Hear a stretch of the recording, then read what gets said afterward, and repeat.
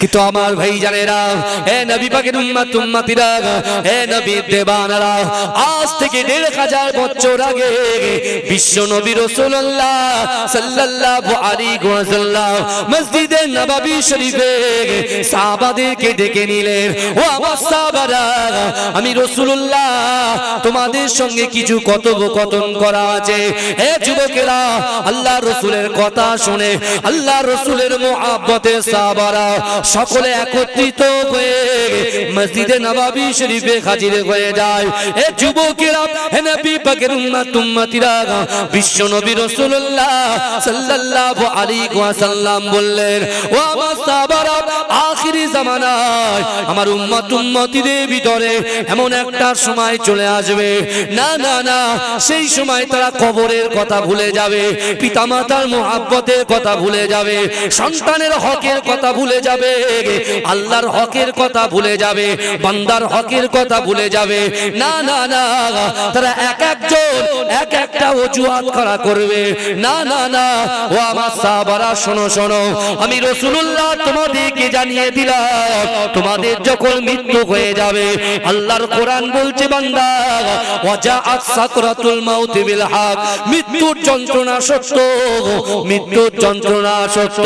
হে যুবকেরা, বিশ্ব নবী রাসূলুল্লাহ বললেন, আমার সাহাবারা, না না না, আমি রাসূলুল্লাহ তোমাদেরকে জানিয়ে দিলাম, যখন তোমরা ইন্তেকাল করবে, তোমাদের বডিটা যখন লাশ হয়ে যাবে, ওই খাটিয়াতে তোমাদের বডিটা তুলে দেওয়া হবে। ওই খাটিয়া নিয়ে যখন কবর পর্যন্ত তোমাদের লাশটা যাবে, ওই কবরের পিছন পিছন 3টে জিনিস তোমাদের সঙ্গে যাবে। রাসূল বলছেন, ভালো করে বোঝেন, আমরা দুনিয়ার মোহে পড়ে গেছি। আপনি দেখেন আমরা কত এক্সকিউজ দিই, কত অজুহাত খুঁজি। কি বলি যে হুজুর আমার বিশাল বড় একটা ব্যবসা আছে, ওই ব্যবসাতে আমি টাইম দেওয়ার জন্য আমি শরিয়াতটা ঠিকঠাক 5 ওয়াক্ত নামাজ ঠিকঠাক আদায় করতে পারছি না। নিজের বাপের কবরের সামনে গিয়ে দু হাত উত্তোলন করে আল্লাহর কাছে যে একটু দোয়া চাইবো, সে টাইমগুলো পাই না হুজুর। অনেকে বলে কি বলে না, হুজুর আমি 100 বিঘে ভেড়ি, যে ভেড়িতে লিজ নিতে হুজুর সেই ফজরের আগে বেরিয়ে যায়, জাল টানতে হয়, সেখান থেকে নিয়ে আড়ত পর্যন্ত, আড়তে যাওয়ার পরে সারাদিন অক্লান্ত পরিশ্রম করে বাড়ি গিয়ে ঘুমিয়ে যায়। ঠিকঠাক ভাবে কোরআন তেলাওয়াত করা হয় না, ঠিকঠাক নামাজ পড়া হয় না, ঠিকঠাক যে চিন্তা করব শরিয়াতটা কি, জিকির আর ফিকির কি জিনিস, সেগুলো আমরা সময় পাই না। অনেকে বলে হুজুর আমার ছেলে নিট পরীক্ষা দেবে, তার জন্য প্রস্তুতি নিচ্ছে, সেই সন্তানকে কখনো প্রাইভেটে দিয়ে আসা, সেই সন্তানকে লক্ষ্য করা, হ্যাঁ, কারণ সে যদি সরকারি ভাবে পায় তাহলে ব্যাপারটা আলাদা, আর সে যদি বেসরকারি ভাবে পায় 1 কোটি টাকা খরচা। একটা ডক্টর করতে, এমবিবিএস ডক্টর করতে ক কোটি টাকা খরচা বাবাজি? 1 কোটি টাকা। বাংলাদেশে যদি আপনি পাঠান তাহলে কত? 90 লাখ 80 লাখ টাকা। ভালো করে বোঝেন বাপ, আগে বুঝতে হবে। আজকে আমরা যারা এই মাটির উপরে বসে আছি, জান্নাতের বাগানের উপরে বসে আছি, আমরা এক্সকিউজ দিচ্ছি। কোন মায়েরা বলছে যে আমার বাচ্চা এখন ছোট, আমার বাচ্চাটার মানুষ করতে করতে আমার বাচ্চা কোলে পেশাব করে দিচ্ছে, কি হবে? ওই জন্য শরিয়াতটা ঠিকঠাক পালন করতে পারছি না। কিন্তু রাসূলুল্লাহ কোন জায়গায় সাহাবাদেরকে বোঝাচ্ছেন দেখেন, কি বোঝাচ্ছেন দেখেন। আজকে আমরা দুনিয়ার মোহে পড়ে গেছি, নিজের বাচ্চাকে নিয়ে, নিজের স্ত্রীকে নিয়ে, নিজের পুত্রকে নিয়ে আমরা ব্যতিব্যস্ত হয়ে পড়েছি। কিন্তু একবার চিন্তা করুন, ওই কবরবাসীদের দিকে একটু খেয়াল করুন না। আপনার বাপকে যখন আপনি বেডে শোয়ান, তার আগে তোষকটাকে ভালো করে ঝেড়ে দেন, তারপরে কি মশারি কাটিয়ে দেন, পাকাটা ঠিকঠাক বাপের মাথার দিকে দিয়ে দেন। সেই বাপ তো নেই, তার কথা একবারও মনে পড়ছে? আমার আপনার মনে পড়ছে? দিনে কতবার মনে পড়ে? মৃত্যুর কথা কতবার স্মরণ করি বলেন? বুঝতে হবে, কারণ আমরা শুধু বলছি এ বড় না সে বড়, ওর উপরে আমি যাব, ওকে ডাউন করব, এই সব চিন্তা মনোভাব, বাজে মনোভাব নিয়ে আমরা দুনিয়াতে বিচরণ করছি। কিন্তু আল্লাহর কোরআনটাকে সামনে রেখে তো আমাদের জীবন যাপন করতে হবে, তাই তো নাকি? কথা বলেন না? এ দেখেন আপনি যে জায়গায় এসেছেন বাবাজি, আজকের দিনে হয়তো এখানে অনেকে যারা ইন দা বাউন্ডারির ভিতরে, আপনারা যারা বসে আছেন এর ভিতরে অনেকে বেনামাজি আছে, রোজা রাখেন এরকম ব্যক্তি আছে, গালাত গালাত পিকচার ভিডিও দেখা হয়ে গেছে এরকম ব্যক্তি আছে, কুরুচিকর মন্তব্য করা হয়ে গেছে তাও সে ব্যক্তি এখানে আছে। কিন্তু বাইরে আউট অফ বাউন্ডারিতে যারা আছে তারা হয়তো আঙুল তুলে বলবে ভাইজান রাকিবুল ভাই আপনি তো এসেছেন, আরে ওখানে আপনি যাদের সামনে কথা বলছেন ওরাই তো নামাজ পড়ে না, রোজা রাখে না, যাকাত দেয় না, ফিতরা দেয় না, দান খায়রাত করে না, হ্যাঁ বাপ মায়ের কবর জিয়ারত করে না। আমি বলছি ঠিক আছে ভাই, ওরা করে না, আপনি আসেননি, আপনি মুখ বুজিয়ে থাকেন, কারণ আজকে যে জমিনের উপরে আমি আপনি আমরা বসেছি, বিশ্বাস করেন এই 2 ঘন্টা আপনি বসে থাকবেন আর এই 2 ঘন্টায় আপনার দ্বারাই সবকিছু সম্ভব। জোরে বলুন না সুবহানাল্লাহ। সবকিছু সম্ভব আজকের দিনের কথা বলছি, আপনার আমার দ্বারাই সবকিছু সম্ভব। আজকে কি বলছেন আপনি বেনামাজি, আজ থেকে নামাজি নিয়ে নামাজ, আগামী দিন আমি নামাজ পড়বো এই নিয়ত করেন, এটা আপনার দ্বারাই সম্ভব। আপনি গুনাহ করেছেন, জমিন থেকে আসমান, আসমান থেকে জমিন পর্যন্ত ঠেকে গিয়েছে, তারপরেও আপনার ওই গুনাহটা ক্ষমা হওয়া আপনার দ্বারাই সম্ভব। আমরা তো নিরাশ হয়ে ঘর কোনায় হয়ে গেছি, আমাদের ভালো লাগে না। একদিন যদি রিজিক ভালো করে না আসে, রুজি যদি ভালো করে না পায়, মন খারাপ, ভালো লাগে না, কোনো কিছু ভালো লাগে না। কিন্তু আপনি চিন্তা করবেন না আমার রাসূলুল্লাহ কত কষ্ট করেছে, রাসূলুল্লাহর কন্যা কত কষ্ট করেছে, আহলে বায়াত কত কষ্ট করেছে, পাক পাঞ্জাতনরা কত কষ্ট করেছে। কিন্তু আমার বাবাজিরা, আজকে আমরা যারা এই জান্নাতের বাগানের ভিতরে বসে আছি, আপনি চিন্তা করুন রাসূলুল্লাহ কেমন ভাবে সাহাবাদেরকে বুঝিয়ে দিচ্ছেন যে তোমরা যখন কেউ ইন্তেকাল করবে, ইন্তেকালের সাথে সাথে তাকে কি করানো হয়, গোসল করানো হয়, গোসল করিয়ে তাকে কি করানো হয়, কাফন পরানো হয়, কাফন পরিয়ে তাকে কাঠের গাড়ির উপরে শুইয়ে দিয়ে যখন জানাজা টাইম হয়ে যায় তার লাশটাকে নিয়ে যাওয়া হয় কবরস্থানে। তাই তো নাকি গো? রাসূল বলছে এই কবরস্থান পর্যন্ত লাশটা যাবার, লাশ যে যাচ্ছে কবরস্থান পর্যন্ত, এর সাথে 3টে জিনিস যাবে। কটা যাবে বাবাজি? 3টে জিনিস। আপনি চিন্তা করেন, দুনিয়া দুনিয়া করে মেতে উঠেছি ভাই, দেখতে পাচ্ছেন না পুরো ভারতবর্ষে কি অরাজকতা চলছে? আমাদের এর থেকে শিক্ষা নিতে হবে না? আপনি দেখেন পূর্বের ইতিহাসগুলো খোলেন, তাফসীর খোলেন, আপনি হাদিসগুলো পড়েন, দেখেন না যখনই আল্লাহর বান্দারা শরিয়াত থেকে দূরে সরে গেছে, কোরআন থেকে দূরে সরে গেছে, রাসূলুল্লাহর আদর্শ থেকে দূরে সরে গেছে, ঠিক সেই টাইমে আল্লাহ এক একটা জালেম সরকারকে পাঠিয়েছে, জালেম বাদশাকে পাঠিয়েছে। হ্যাঁ, আর যখনই বান্দারা সঠিক পথের কুপথের দিশা থেকে সঠিক পথের দিশা অবলম্বন করেছে, অর্থাৎ ইহদিনাস সিরাতাল মুস্তাকিমের রাস্তায় এসেছে, আল্লাহ কি করেছে? সেই জালিম সরকারকে পরাস্ত করে দিয়েছে। জোরে বলুন না সুবহানাল্লাহ। আমরা ওয়াকফ নিয়ে বহু আন্দোলন, আজকে গলা বুঝতে পারছেন বসে আছে, ব্যথা, এই সব জায়গায় ব্যথা হয়ে আছে। বিশ্বাস করেন দৈনন্দিন প্রত্যেকদিন দুটো করে জলসা প্রত্যেকদিন, তার উপরে এরকম একটা ব্যাপার, বুঝতে পেরেছেন? ওয়াকফ কালা কানুন নিয়ে এসে যেভাবে রাতারাতি বিল পাস করা হলো, ঠিক আছে, এই ওয়াকফ বিল প্রত্যাহার করা সম্ভব নয়, এটা নয়, সম্ভব। কিন্তু যেমন আমরা পথসভা করছি, পুরো বাজার ভরিয়ে ফেলছি, মাঠ ভরিয়ে ফেলছি, ঠিক সেরকম যুবকগুলো একদম কালো পট্টি বেঁধে যখন চলে আসছে, আমি তাদেরকে বলছি আপনারা নামাজে আসেন না, নামাজের পার্টিতে আসেন না। রাসূল তো বলেছেন, একদম সর্বপ্রথমে রাসূল যেদিন হারামে কোরআন পড়েন, কোরআন তেলাওয়াত রাসূল যখন করেছিলেন হারাম শরীফে, বিশ্বাস করুন মক্কার জমিনে এমন কোনো বাড়ি ছিল না, এমন কোন যুবক ছিল না, এমন কোন নারী ছিল না, পুরুষ ছিল না, সকলে দলবদ্ধভাবে এসে কোরআন শুনেছে। জোরে বলুন না সুবহানাল্লাহ। একটাও বাড়ির লোক বাকি ছিল না। তারপরে রাসূল কি বার্তা দিয়েছিলেন বলেন তো? রাসূলুল্লাহর সামনে বসেছিলেন আবু বকর হুজুর, রাসূলুল্লাহর সামনে বসেছিলেন আলী হুজুর, রাসূলুল্লাহর সামনে বসেছিলেন যায়েদ হুজুর, আবার অন্যদিকে বসেছিল আবু জাহেল, আবু লাহাব, উতবা, আবু সুফিয়ান, এরা সব বসেছিল। কিন্তু দেখেন আপনি বাস্তবে প্রমাণ দেখেন কি, আবু বকর, আলী হুজুর, যায়েদ হুজুর, এনারা রাসূলুল্লাহর কোরআন শুনেছে, কোরআনকে মান্যতা দিয়েছে, কোরআন অনুযায়ী আমল করেছে, আল্লাহ তাদের জমিনের উপরে আসমানের নিচে জান্নাতের সার্টিফিকেট দিয়ে দিয়েছে। জোরে বলুন। আর অপোজিটে দেখেন আবু জেহেল, আবু লাহাব, এরা কোরআন শুনেছে, এক কান দিয়ে শুনেছে, এক কান দিয়ে বার করে দিয়েছে, কোরআনকে মান্যতা দেয়নি, কোরআন অনুযায়ী আমল করেনি এবং কোরআনের বিরোধিতা করেছে, তাই আল্লাহ আজ জাহান্নামের আগুনে তাদেরকে পোড়াচ্ছে। কথা ঠিক না বলুন? তাহলে এর থেকে কি শিক্ষা পেলাম? আমাদের কোরআন বুঝতে হবে, কোরআন জানতে হবে, কোরআন অনুযায়ী আমল করতে হবে, কারণ আল্লাহ নিজেই বলেছেন আল্লাহ নিজেই বলেছেন ফাযকুরুনি আযকুরকুম, বান্দা তোমরা আমাকে স্মরণ করো, আমি আল্লাহ তোমাদেরকে স্মরণ করব। তাফসীরকারকরা এটাই বোঝাতে চাইছেন যে আল্লাহ এইভাবেই বলছেন যে বলতে বোতা যুবকেরা, নারীরা, পুরুষেরা, তোমরা যদি আমি আল্লাহর কথা শোনো, আমি আল্লাহ তোমাদের কথা শুনবো। জোরে বলুন না সুবহানাল্লাহ।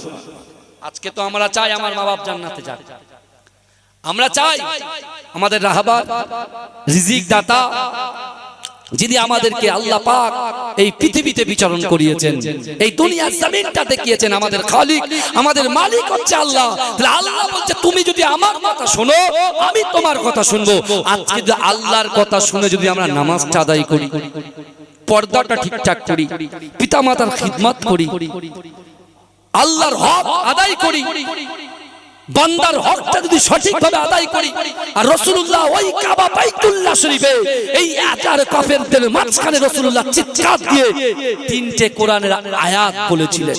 কিন্তু কোরআনের আয়াত তেলাওয়াত করে বিশ্বনবী রাসূলুল্লাহ তিনি এই বার্তা দিয়েছিলেন, এবং আমার দয়াল নবী জবান থেকে যে কথা বলে আসমানের উপরে ওই কথাটাকে আমার আল্লাহ কবুল করে নেয়। জোরে বলুন না সুবহানাল্লাহ। রাসূল ওই দিন আবু বকর হুজুরকে বলেছিল, বাবা আবু বকর, আমি রাসূলুল্লাহ তোমাদের কোরআনের আয়াত থেকে তিনটে দলিল দিয়ে তিনটে আমল তোমাদেরকে বুঝিয়ে দিয়ে যাব।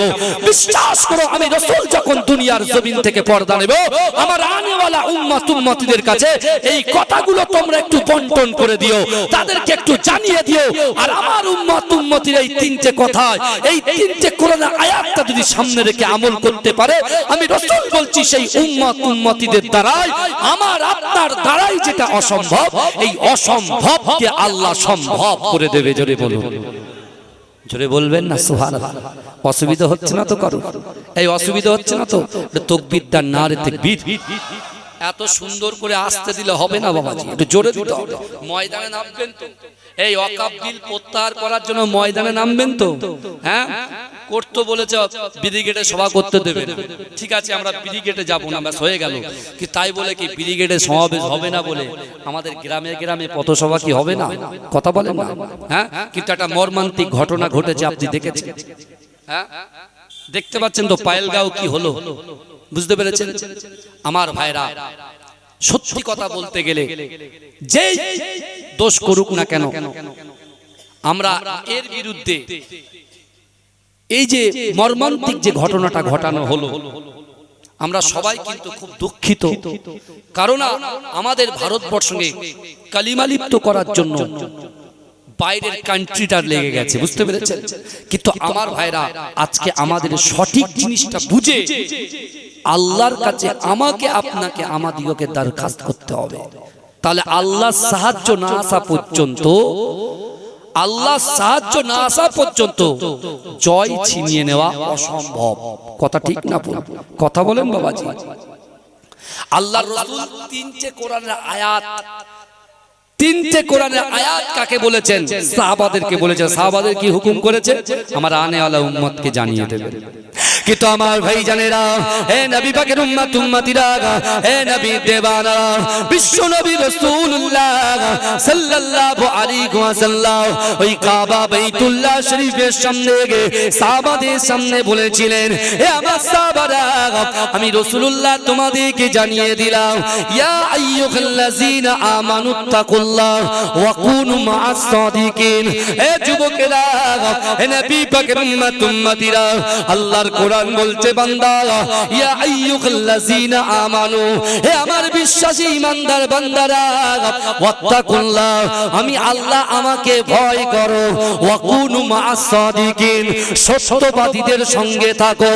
ও যুবকেরা, বিশ্ব নবী রাসূলুল্লাহ সাল্লাল্লাহু আলাইহি ওয়াসাল্লাম আবার সাহাবাদের কাছে ঘোষণা দিলেন, আল্লাহর কোরআন বলছে, বান্দা, কুল ইন কুনতুম তুহিব্বুনাল্লাহ ফাত্তাবিউনি ইউহিব্বুকুমুল্লাহ।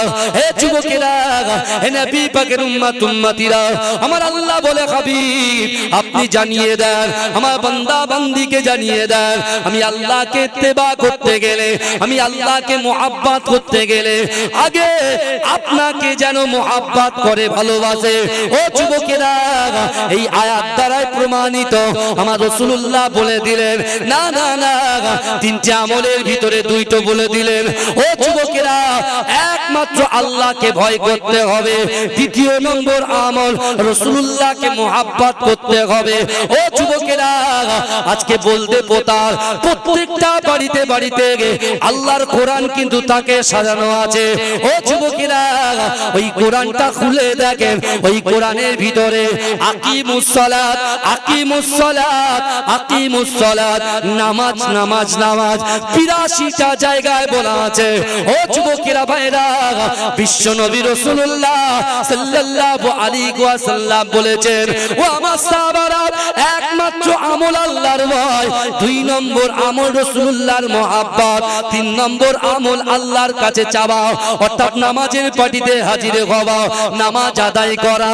ও যুবকেরা, বিশ্ব নবী রাসূলুল্লাহ বলেছেন, এ আমার সাহাবারা, আমার যে সকল উম্মতীদের ভিতরে আল্লাহর ভয় থাকবে, রাসূলুল্লাহর মুহাব্বত থাকবে, নামাজের পাটিতে তার অন্তরের কথা, তার মনের কথা, তার ইচ্ছার কথা, আকাঙ্ক্ষার কথা, উদ্দেশ্যের কথা, নিয়তের কথা যদি আল্লাহর সঙ্গে শেয়ার করে নেয়, না না না, আমি রাসূলুল্লাহ তোমাদেরকে জানিয়ে দিলাম, আমি জবান দিয়ে যে কথা বলি আসমানের উপরে ওই কথাটাকে আমার আল্লাহ কবুল করে নেয়।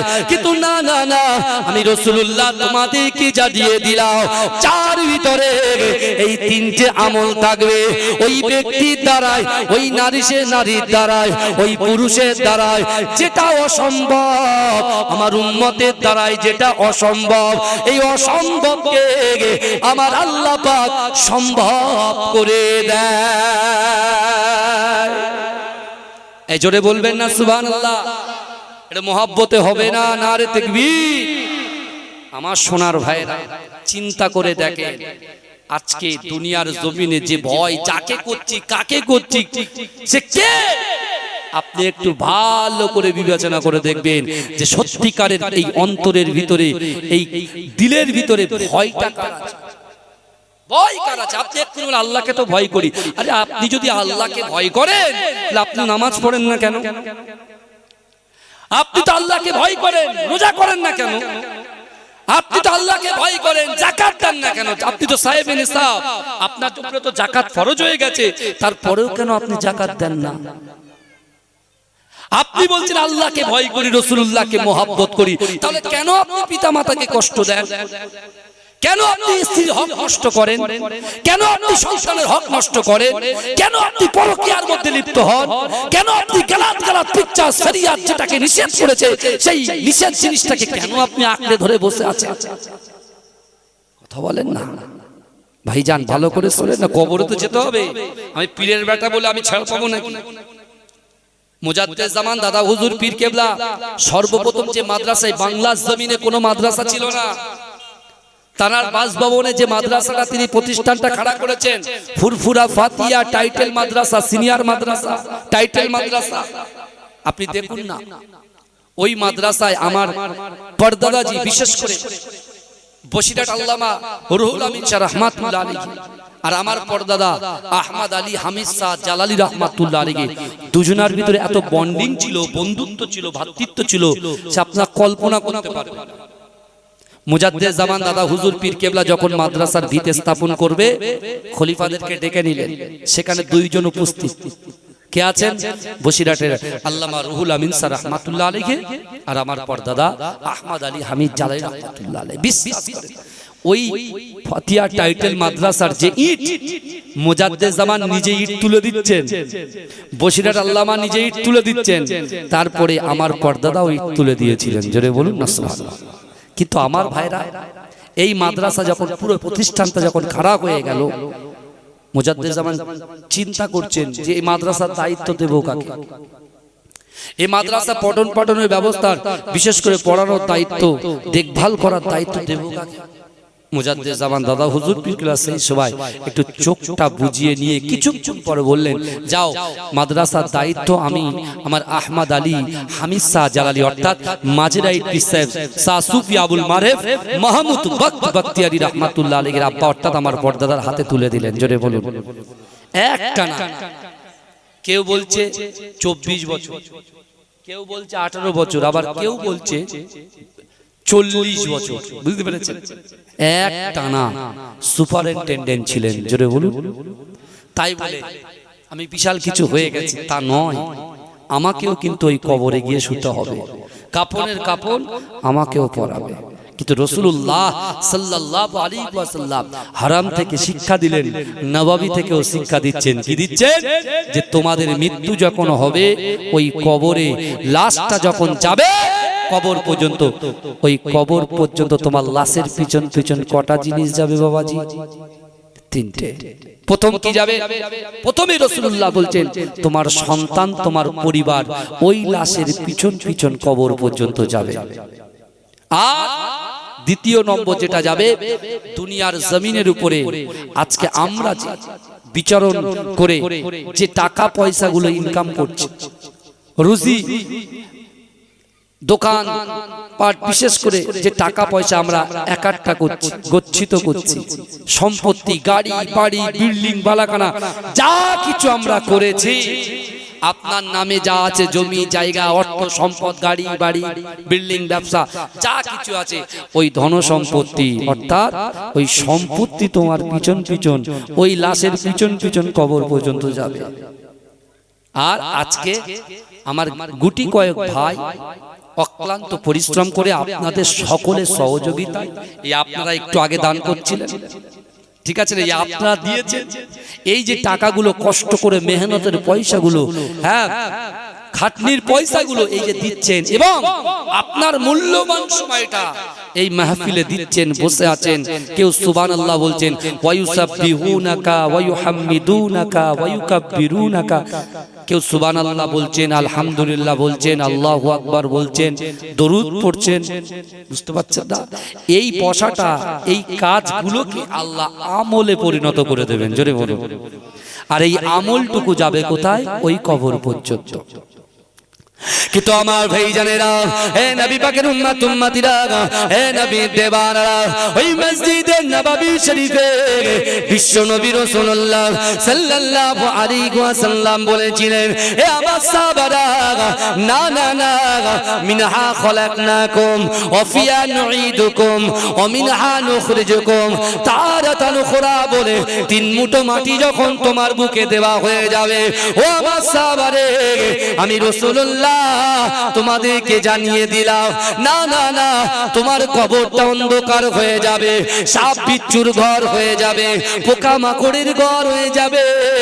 ও আমার সাহাবারা, শোনো শোনো, তোমার ওই লাশটাকে রেখে সর্বপ্রথমে যে সন্তানের জন্য, যে পরিবারের জন্য তুমি সময় দিয়েছিলে, নামাজ পড়তে পারো না, রোজা রাখতে পারো না, না না না, শরীয়তটা ঠিকঠাক ভাবে পালন করতে পারো না, ও আমার সাহাবারা শোনো শোনো, তোমার লাশটা দাফন করার পরে সর্বপ্রথমে তোমার ওই সন্তানটা কবরে একা ফেলে রেখে বাড়িতে চলে আসবে, তোমার পরিবার কবরে ফেলে তোমাকে বাড়িতে চলে আসবে। দ্বিতীয় নম্বর, যে সম্পত্তির জন্য তুমি মাঠে গিয়ে চাষাবাদ করেছো, কৃষি কার্য করেছো, কিন্তু না না না, মসজিদের আজান শুনেছো, হাইয়া আলাস সালাহ হাইয়া আলাল ফালাহ, তুমি কর্ণপাত করলে না, না না না, ওই সম্পত্তি তুমি ক্রয় করেছো, ওই সম্পত্তিগুলো একাট্টা করেছো, গচ্ছিত করেছো। ও আমার সাহাবা শোনো শোনো, ওই সম্পত্তি তোমাকে কবরে একা ফেলে রেখে বাড়ি চলে আসবে, তোমার সন্তানের পিছন পিছন বাড়ি চলে আসবে। কিন্তু যুবকেরা, বিশ্ব নবী রাসূলুল্লাহ সাল্লাল্লাহু আলাইহি ওয়াসাল্লাম বললেন, ও আমার সাহাবারা শোনো শোনো, আজকে বলতে পোতার যুবকগুলো, বলতে পোতার নারী পুরুষগুলো, যে জান্নাতের বাগানে বসে বসে আল্লাহ আল্লাহ রসুলের কথা শুনে, কোরআনের কথা শুনে, হাদিসের কথা শুনে, তাদের গচ্ছিত সম্পদ থেকে আল্লাহর রাস্তায় ফি সাবিলিল্লাহ করে যারা কিছু টাকা পয়সা দান করে যায়, ও যুবকেরা, আজকে আমাদের এই বসার কাজগুলোকে, এই দানের কাজগুলোকে আল্লাহ পাক আমলে পরিণত করে দেয়। বিশ্ব নবী বললেন, না না না তিনটে জিনিস কবর পর্যন্ত যাবে, কিন্তু না না না দুটো জিনিস চলে আসবে, তোমার সন্তান চলে আসবে, তোমার সম্পত্তি চলে আসবে, কিন্তু না না না ওই কবরে তোমাকে সাপোর্ট করার জন্য, তোমাকে সাহায্য করার জন্য তোমার ওই কবরের ভিতরে এই আমলটুকু আমার আল্লাহ পাক পাঠিয়ে দেবে। জোরে বলবেন না সুবহানাল্লাহ, চিৎকার দিয়ে বলবেন না সুবহানাল্লাহ। ফজরের নামাজ আদায় করে যারা কোরআন তেলাওয়াত করে আমি তাদেরকে স্যালুট করি, তাদেরকে আমি সম্মান করি, কারণ আপনি যে কোরআন পড়ছেন সূরা ইয়াসিন, সূরা ওয়াকিয়া, সূরা মুলক, যে কোরআনের আয়াতগুলো আপনারা বসে বসে তেলাওয়াত করছেন, চিন্তা করবেন না হয়তো মনে মনে ভাবছেন আপনার পাশের বাড়ির লোক হয়তো বিরক্ত হচ্ছে, বলে তুই আস্তে কোরআন পড়তে পারিস না, তোর জন্য আমার ঘুমটা ভেঙে যায়। আমি বলছি মা, আমি বলছি বোন, আমি বলছি ছেলে, আমি বলছি যুবক, বিশ্বাস করে আপনি যে কোরআনটা পড়ছেন কাল কিয়ামতের মাঠে নয় তোমার কবরেই আল্লাহ তোমাকে শান্তিতে রাখবে। জোরে বলুন না সুবহানাল্লাহ, জোরে বলবেন না।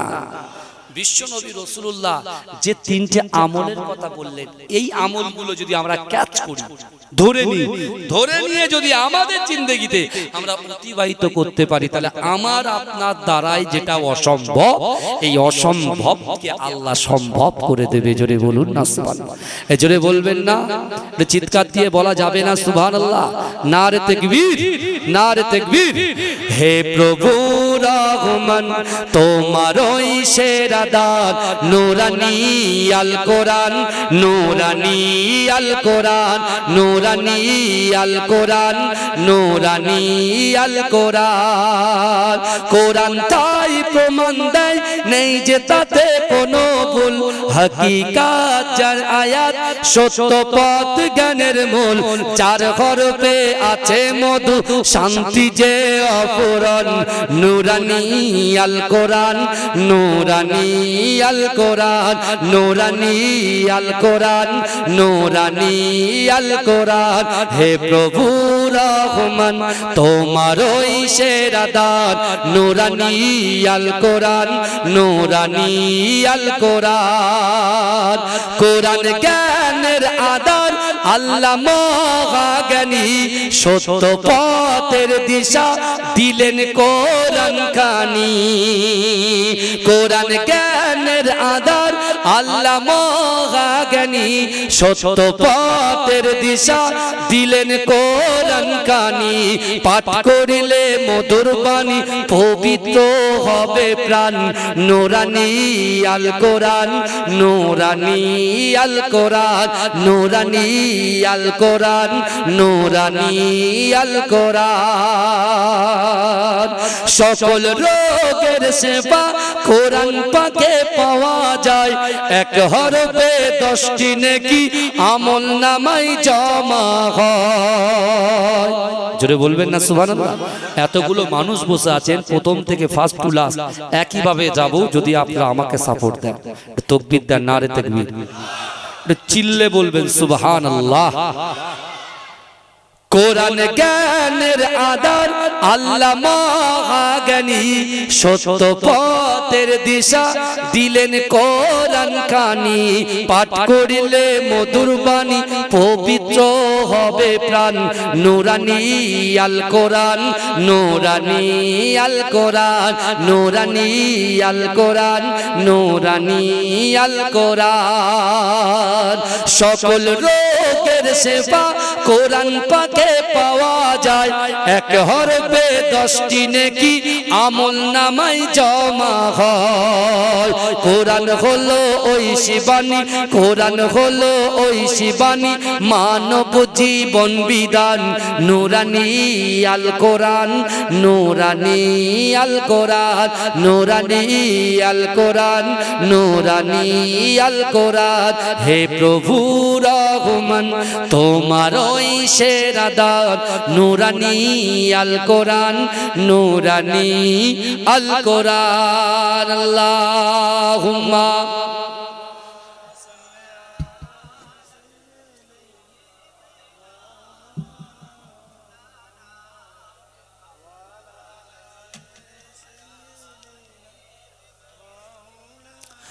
আমার বাবাজিরা ভাইরা, যে কথা আমি আপনাদেরকে বলছিলাম, তাহলে আমরা দুটো বিষয়ে আলোচনা একই লাইন দিয়ে দুটো দুই দিক দিয়ে আমরা শুনতে পাচ্ছি। কি আল্লাহর কোরআনের আয়াতকে সামনে রেখে রাসূলুল্লাহ নিজেই বললেন তিনটা আমলের কথা।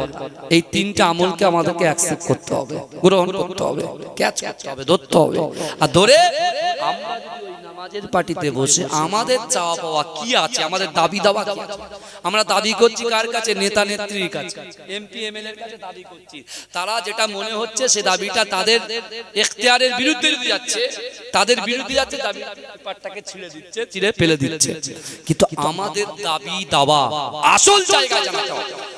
কারণ আল্লাহ এই পৃথিবীতে যা কিছু সৃষ্টি করেছে কুন ফায়াকুনের মাধ্যমে সৃষ্টি করেছেন। এটাকে এক সেকেন্ড আগে যে জাহান্নামী, এক সেকেন্ড আগে যে জাহান্নামী, আল্লাহ যদি চান এক সেকেন্ড পরে সে হয়ে যায় জান্নাতি। জোরে বলুন, জোরে বলে না বাবাজি? আমার কথা কি কম বুঝছেন আপনারা? তো একটু জোরে বলেন না। সুবহানাল্লাহ। গরম হচ্ছে বুঝতে পারছি, সবার ঘাম ধরেছে, আমারও মোটামুটি যা 500 পানি তো বেরিয়ে গেছে শরীর থেকে, বুঝতে পেরেছেন? আরো যাবে, আরো যাবে। কারণ এই গরম যদি সহ্য না করতে পারি ভাই, তাহলে কিয়ামতের গরম কি করে সহ্য করব বলেন তো দেখি? সবার তো সেখানে দেখা হবে। আজকে আমি হুজুর, আপনারা শ্রোতা, আমার অনেক তুলাবা ভাইরা আছেন, আমার অনেক আলেম ভাইরা আছেন, বুঝতে পেরেছেন?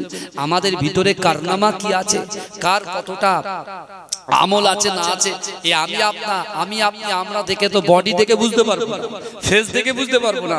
কিন্তু বিশ্বাস করেন আল্লাহর কাছে প্রত্যেকটা বিষয় কিন্তু তোলা আছে। দেখেন ভিডিও ক্যামেরা করছে, এই যে ক্যামেরা করছে, তো এটা রেকর্ড হচ্ছে। 5 বছর পরে এই বয়ানটা আপনি শুনতে পাবেন, 10 বছর পরে একটু কাছাকাছি এখানে হতো, বুঝতে পেরেছেন? ভালো করে শুনুন, হাওয়া না লাগলে সমস্যা নেই, কোনো অসুবিধা নেই বাবাজি। আলহামদুলিল্লাহ বলেছেন, আমি খুব খুশি, বুঝতে পেরেছেন? আমার সোনার ভাইদের যেন কষ্ট না হয়। কারণ আমি যদি দুনিয়ার জমিনের উপরে আসমানের নিচে দুনিয়ার কোনো মানুষকে ক্ষমা করতে পারি, আল্লাহ আসমানে আমাকে আপনাকে ক্ষমা করে দেবে। জোরে বলে, এটাই তো আমাদের মনুষ্যত্বর পরিচয়, তাই না? আমার বাবাজিরা, যে কথা আমি আপনাদেরকে বলছিলাম, এখন কথা হলো আমাদের বাপ দাদা যারা কবরে আছে তাদের কাছে এই স্বভাবটা পৌঁছাতে হবে। কিন্তু আমার বাবাজিরা, এই স্বভাব পৌঁছানোর আগে, আপনার ব্যবসায় বরকত দেওয়ার আগে, আপনার বাড়িতে আল্লাহ শান্তি বর্ষণ করার আগে, আপনার স্বামী স্ত্রীর মধ্যে মিল মহব্বত করার আগে, আপনার সন্তানের মেধা শক্তি বৃদ্ধি করার আগে আল্লাহ কিন্তু আমাদেরকে পরীক্ষা করবে। কি করবে বলেন? পরীক্ষা করবে। এটা আমার কথা নয়, কোরআনের কথা। আমার বাবাজিরা, হে নবী পাকের উম্মত উম্মতিরা, হে নবী দেবানারা, আল্লাহর কোরআন বলছে, বান্দা আহাসিবান নাসু আইয়ুতরাকু আইয়াকুলু আমান্না ওয়া হুম লা ইফতানুন। হে যুবকেরা, ভাইরা, বোনেরা, একটু ভালো করে বোঝার চেষ্টা করেন, এই আয়াতের দিকে খেয়াল করেন। ও যুবকেরা, আমার আল্লাহ পাক কোরআন পাকের ভিতরে কি ঘোষণা দিলেন? ও বান্দা, আহাসিবান নাসু আইয়ুতরাকু আইয়াকুলু আমান্না। আমার আল্লাহ বলে, বান্দা তোমরা যারা ঈমান এনেছো, তোমরা কি মনে করো আমি আল্লাহ তোমাদেরকে ছেড়ে দেব?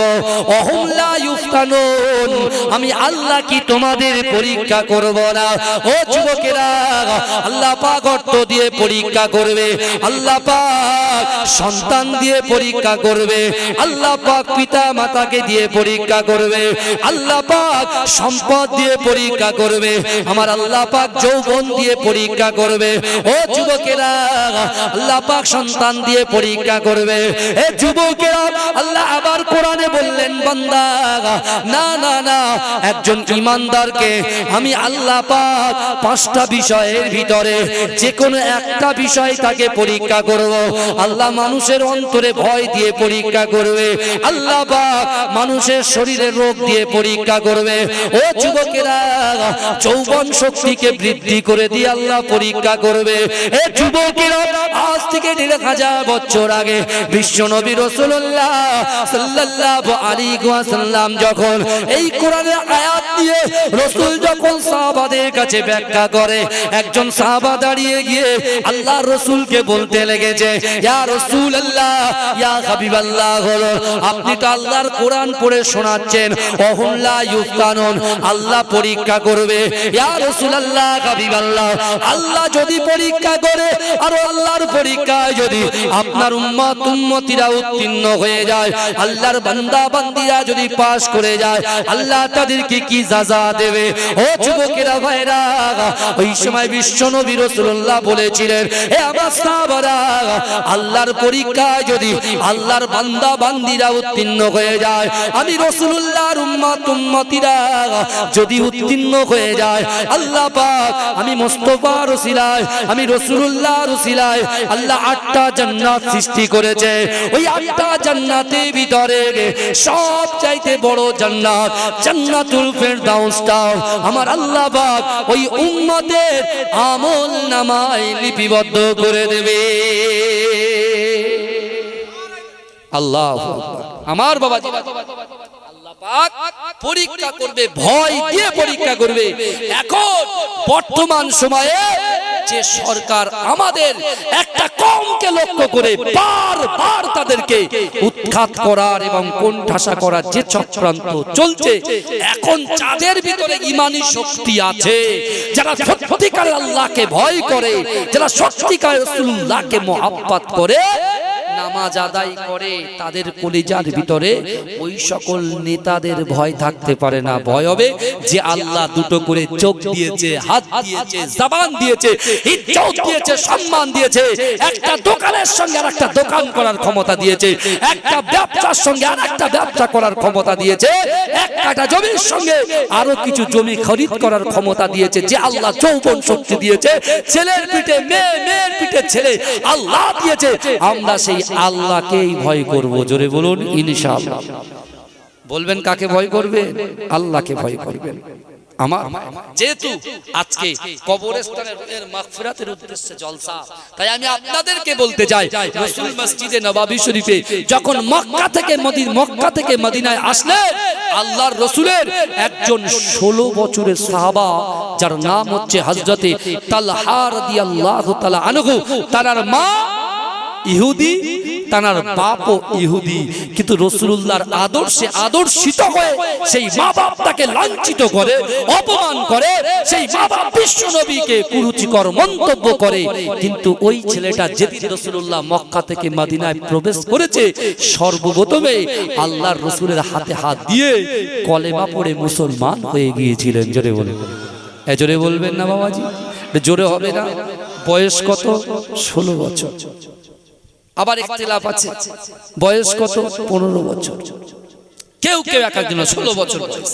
কিন্তু আমার বাবাজিরা, এখন যারা বলছে কবর জিয়ারত করা বেদাত, এই আজকে যারা আমরা বসে আছি, রাসূল তো নিজেই বলেছেন, ইজা মাতাল ইনসানু, যখন মানুষ মৃত্যুবরণ করে, ইনকাতা, মানুষের আমলের কর্মধারাটা বন্ধ হয়ে যায়, ইল্লা মিন সালাসাতিন, তিনটে আমল এমন আছে যার দ্বারাই মানুষ উপকৃত হয়। কোথায়? কবরে। তার ভিতরে একটা কাজ আপনারা করে দিয়েছেন অলরেডি, দান করেছেন না? কথা বলেন না? দান করার কথা বলেছে, ও আম্মাসা ইলা ফালা তানহার। আল্লাহ বলেছেন, যদি কোনো ব্যক্তি কোনো মানুষের কাছে হাত পাতে, ওই হাতটাকে তোমরা ফেরত দিও না। এই পরে আরেকটা কথা বলবো। এখন আপনারা আছেন তো আমার সাথে নাকি? এই আছেন তো? তাকবীর দেন, নারে তাকবীর। আর জোরে দেন, নারে তাকবীর। মাসলাকে মুজাদ্দিদ জামান, মুজাদ্দিদ জামানের হক সিলসিলা, নারে তাকবীর, নারে তাকবীর। বলদে পোতা গ্রামবাসী বৃন্দ, বলদে পোতা যুবক বৃন্দ, নারে তাকবীর, নারে তাকবীর। আমার ভাই ভালো করে বুঝুন, তাহলে আল্লাহর কোরআন বলে দিলেন, অহুম লা ইফতানুন, আল্লাহ পরীক্ষা করবে। এই 16 বছরের সাহাবাটার কেমন পরীক্ষা চলছে দেখেন। যে কোনো মুহূর্তে আমার আপনার সঙ্গে পরীক্ষা কিন্তু হাজির হয়ে যাবে। আপনাকে তৈরি থাকতে হবে। পারবেন তো? তৈরি থাকতে। আমার সোনার ভাইরা, এখন ওই তালহা এসে রাসূলুল্লাহর সংস্পর্শে বসে, সোহবতে বসে। রাসূলুল্লাহ একদিন আলোচনা করতে করতে করতে করতে রাসূলুল্লাহ কোরআনের আয়াত তেলাওয়াত করলেন। ফালা তাকুল্লাহুমা উফিন ওয়ালা তানহারহুমা ওয়া কুল্লাহুমা কওলান কারীমা। হে যুবকেরা, হে নবী পাকের উম্মতিরা, আমার দয়ার নবী রাসূলুল্লাহ ওই তালহার সামনে কোরআনের আয়াত তেলাওয়াত করলেন। ফালা তাকুল্লাহুমা উফিন ওয়ালা তানহারহুমা ওয়া কুল্লাহুমা কওলান কারীমা। আমার দয়ার নবী রাসূলুল্লাহ সাহাবাদেরকে বুঝিয়ে দিচ্ছেন, ও আমার সাহাবারা, আল্লাহ হুকুম করেছেন তোমাদের আচার আচরণে, তোমাদের ব্যবহারে তোমার পিতা মাতা যেন উপশব্দ না করে। যদি বলে বাপের রুহের মাগফিরাতের জন্য বসেছেন, মায়ের রুহের মাগফিরাতের জন্য বসেছেন, আমরা আমার আব্বা ইন্তেকাল করেছেন, আমিও বসেছি, আপনাদের সাথে আমিও সামিল। ভালো করে বুঝে যান, আমরা যারা চোখের মর্ম বুঝি না, চোখের যে পাওয়া আমরা বুঝি না, যখনই একটা ময়লা কিছু পড়ে, ধুলো যখন যায়, তখন আমাদের আক্কেলটা খোলে যে না, চোখটা যদি কিছু হয়, এই পৃথিবীটাকে আমি উপভোগ করব কি করে? মনে হয় না? কথা বলেন না বাবা, মনে হয় কি হয় না? হয়। এখন তালহা শুনেছে, তালহা যখন এই কোরআনের আয়াতটা শুনেছে, অঝর নয়নে ঝরঝর করে কাঁদছে। রাসূলুল্লাহ কাছে টেনে নিয়েছে, বাবা তালহা তুমি কাঁদো কেন বাবা, কি হয়েছে? বলে ইয়া রাসূলুল্লাহ, ইয়া হাবিবাল্লাহ, হুজুর যেদিন থেকে এই কোরআনের আয়াতটা তেলাওয়াত করেছেন, আপনি কি জানেন আমার মাও ইহুদি, আমার বাপও ইহুদি, আমার বাড়ির থেকে আপনার মসজিদে নববী 3.5 কিলোমিটার।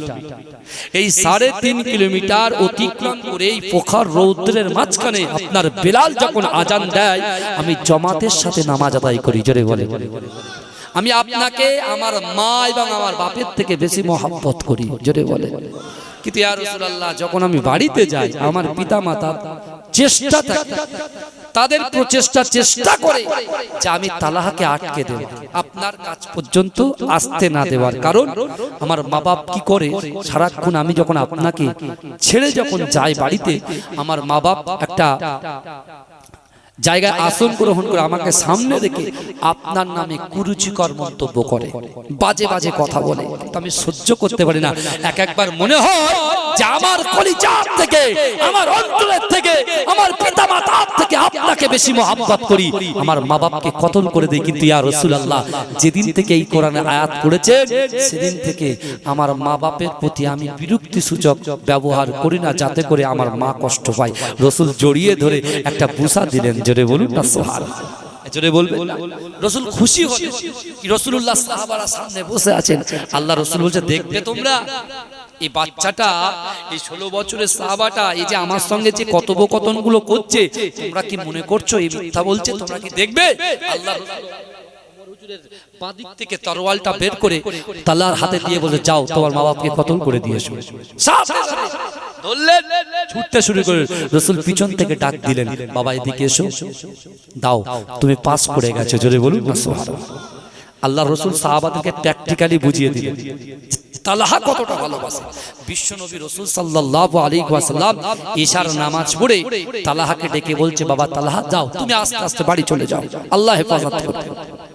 ওদিকে তালহার আব্বু আম্মু কি করেছেন, ওরা ঠিকঠাক করেছেন যে ফজরের সময় ওকে আমি আটকে দেব, তালহাকে আটকে দেব, যাতে করে বিশ্বনবী মুস্তাফার সামনে তার সোহবতে না বসতে পারে।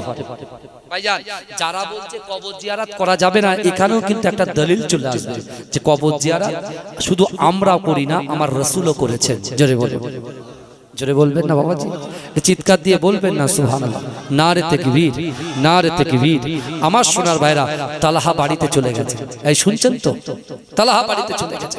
কিন্তু তালহা ওই 16 বছরের ছেলেটা কোন জিনিসটাকে অ্যাকসেপ্ট করেছে জানেন? কোনটা গ্রহণ করেছে? রাসূল যে কাবা বাইতুল্লাহ শরীফের তিনটে আমলের কথা বলেছিলেন না, মনে আছে আপনাদের? আমি বললাম কি, ওয়াত্তাকুল্লাহ, আল্লাহর ভয়, আর কার মহব্বত? কার মহব্বত? রাসূলুল্লাহর মহব্বত, আর আকিমুস সালাত, নামাজ। তাহলে আল্লাহর ভয়, রাসূলুল্লাহর মহব্বত আর নামাজের পার্টি। নামাজের পার্টি, পার্টি দুটো, ঝান্ডা পার্টি আছে, নামাজের পার্টি আছে। আপনি ঝান্ডা পার্টি করুন, আমার কোনো আপত্তি নেই। আপনার এই গণতান্ত্রিক দেশে যাকে ইচ্ছা তাকে ভোট দেন, কোনো অসুবিধা নেই। কিন্তু আমার ভাইরা, এই যে পার্টিটার কথা বলছি, এই পার্টিতে আপনার কনফার্ম টিকিট হবে ইনশাআল্লাহ। কিসের কনফার্ম টিকিট হবে? এমপি এমএলএ টিকিট নয়, জান্নাতের টিকিট পাবেন। জোরে বলেন, জোরে বলবেন না বাবাজি, কারোর অসুবিধা হচ্ছে নাকি? হ্যাঁ, আমার সোনার ভাইরা ভালো করে শোনো। এখন তালহা যখন বাড়িতে গেছে, ওর পিতা মাতা তালহাকে এত সুন্দরভাবে ব্যবহার করছে, তালহা বুঝতে পারছে যে আমার আব্বা আম্মুর কোনো মতলব আছে, কোনো একটা ব্যাপার তো আছে। ঘরের ভিতরে ঢুকিয়ে দিয়ে, তালহাকে ঢুকিয়ে দিয়ে ঘর বন্দি করে দিয়ে তালা মেরে দিয়েছে। কি আর বলছে, এই তালা দিলাম ছুড়ে, তোকে আর বারোতে দেব না। তোর নবীর কত পাওয়ার, তোর আল্লাহর কত পাওয়ার দেখবো। আর ফজরের নামাজ পড়তে যাওয়া, ফজরের নামাজ তোকে আজকে কাজা করিয়ে ছাড়। কে বলছে? বাপ মা বলছে। তালহা কিন্তু ঠিক নিজেকে কন্ট্রোল করে, নিজের রাগটাকে দমন করে তিনি বলছেন, আব্বু আম্মু, আমি আপনাদের সন্তান, আপনাদের একমাত্র সন্তান, ভালোবাসি। বিশ্বনবী মুস্তাফার উপরে তোমরা ঈমান আনো, কারণ তিনি হচ্ছেন উম্মতের কান্ডারি। কাল কিয়ামতের মাঠে কেউ যখন পাশে থাকবে না, ভাই ভাইকে চিনবে না, বাপ বেটাকে চিনবে না, স্বামী স্ত্রীকে চিনবে না, স্ত্রী স্বামীকে চিনবে না, বোন বোনকে চিনবে না, ইয়াউমুত তানাদের দিনেতে আমার রাসূল ততক্ষণ পর্যন্ত জান্নাতে প্রবেশ করবে না, যতক্ষণ তার উম্মতদেরকে জান্নাতে প্রবেশ না করাবে। কারণ এটা মুসনাদে আহমদে এসে গেছে। এই যে হাদিসটা মুসনাদে আহমদে এসেছে, দেখেন, হুরিমাতুল জান্নাতু আলা আমবিয়াই হাত্তা আদখুলাহা, হুরিমাতুল জান্নাতু আলা উমামি হাত্তা তাদখুলাহা। এ যুবকেরা, এ নবী পাকের উম্মত উম্মতিরা, আমার বিশ্ব নবী রাসূলুল্লাহ সাল্লাল্লাহু আলাইহি ওয়াসাল্লাম তার উম্মতকে কত মহব্বত করে, তার উম্মতকে কত ভালোবাসে। এ যুবকেরা, এ নবী পাকের উম্মত উম্মতিরা, বিশ্ব নবী রাসূলুল্লাহ সাহাবাদের মাঝখানে বলতে লাগলেন, হে আমার সাহাবারা, আমি রাসূলুল্লাহ জানিয়ে দিলাম, হুরিমাতুল জান্নাতু আলা আমবিয়াই হাত্তা আদখুলাহা। দুনিয়ার জমিনে যত পয়গম্বর এসেছে, বাপ আদম থেকে নিয়ে হযরত ঈসা আলাইহিস সালাতু ওয়াস সালাম পর্যন্ত যত পয়গম্বর এসেছে, ওই সকল পয়গম্বরদের জাহান্নামে, ওই সকল পয়গম্বরদের জান্নাতে যাওয়া হারাম, যতক্ষণ পর্যন্ত আমি রাসূলুল্লাহ আগে দয়ার জান্নাতে না যাব। ও যুবকেরা, আল্লাহ পাকের নবীর একজন সাহাবা দাঁড়িয়ে গিয়ে অজননে ক্রন্দন করতে করতে আল্লাহ রাসূলকে বললেন, ইয়া রাসূলুল্লাহ, হাবিবাল্লাহ, সবার আগে আপনি জান্নাতে চলে যাবেন, আপনার উম্মত উম্মতিদের অবস্থা কি হবে? এ যুবকেরা, ওই সময় বিশ্ব নবী রাসূলুল্লাহ সাল্লাল্লাহু আলাইহি ওয়াসাল্লাম বলেছিলেন, এ আমার সাহাবারা, না না না না না, আমি রাসূলুল্লাহ তোমাদেরকে জানিয়ে দিলাম, হুরিমাতুল জান্নাতু আলা উমামি হাত্তা তাদখুলাহা, হুরিমাতুল জান্নাতু আলা উমামি হাত্তা তাদখুলাহা। এ আমার সাহাবারা, আমি রাসূলুল্লাহ তোমাদেরকে জানিয়ে দিলাম, না না না, দুনিয়ার জমিনে যত পয়গম্বর এসেছে, ওই সকল পয়গম্বরের যত উম্মত এসেছে, আদম থেকে নিয়ে হযরত ঈসা আলাইহিস সালাতু ওয়াস সালাম পর্যন্ত যত উম্মত এসেছে, ওই সকল উম্মত উম্মতিদের জান্নাতে যাওয়া হারাম হারাম হারাম, যতক্ষণ পর্যন্ত আমি রাসূলুল্লাহ আমার উম্মত আগে দয়ার জান্নাতে না যাবে। জোরে বলুন, কত পাওয়ার দেখেছে। কিন্তু কথায় আছে, চাষা জমি চাষ না করলে আগাছা বলে কি করে? দখল করে। চাষা জমি চাষ না করলে আগাছা দখল করে, কথায় আছে। এবার আপনি বুঝে নেন, আল্লাহ তো বিবেক দিয়েছে গো আমাদের, আল্লাহ তো বিবেক দিয়েছে, বুদ্ধি দিয়েছে, সম্পত্তি দিয়েছে, সব তো আল্লাহ পুরো সাজিয়ে দিয়েছে। শুধু আল্লাহ জমিনে সবকিছু ছড়িয়ে রেখেছে, শুধু ওটাকে অ্যাকসেপ্ট করতে পারলেই হয়। কিন্তু তালহাকে ঘরবন্দি করে দিয়েছে তার বাপ মা, মনে আছে তো নাকি? কিন্তু আমার ভাই জানেরা, হে নবী পাকের উম্মত উম্মতিরা, হে নবী দিবানারা, একটু ভালো করে বোঝার চেষ্টা করেন। বিশ্বনবী রাসূলুল্লাহর মুহাব্বতের সাহাবা 16 বছরের সাহাবা হযরত তালহা রাদিয়াল্লাহু তাআলা আনহুকে যখন ঘরবন্দি করে দেওয়া হলো, হে যুবকেরা, বিশেষ করে মসজিদে নববী শরীফ থেকে আল্লাহর রাসূলের মুয়াজ্জিন হযরত বেলাল রাদিয়াল্লাহু তাআলা আনহু আযান দেওয়া শুরু করে দিলেন।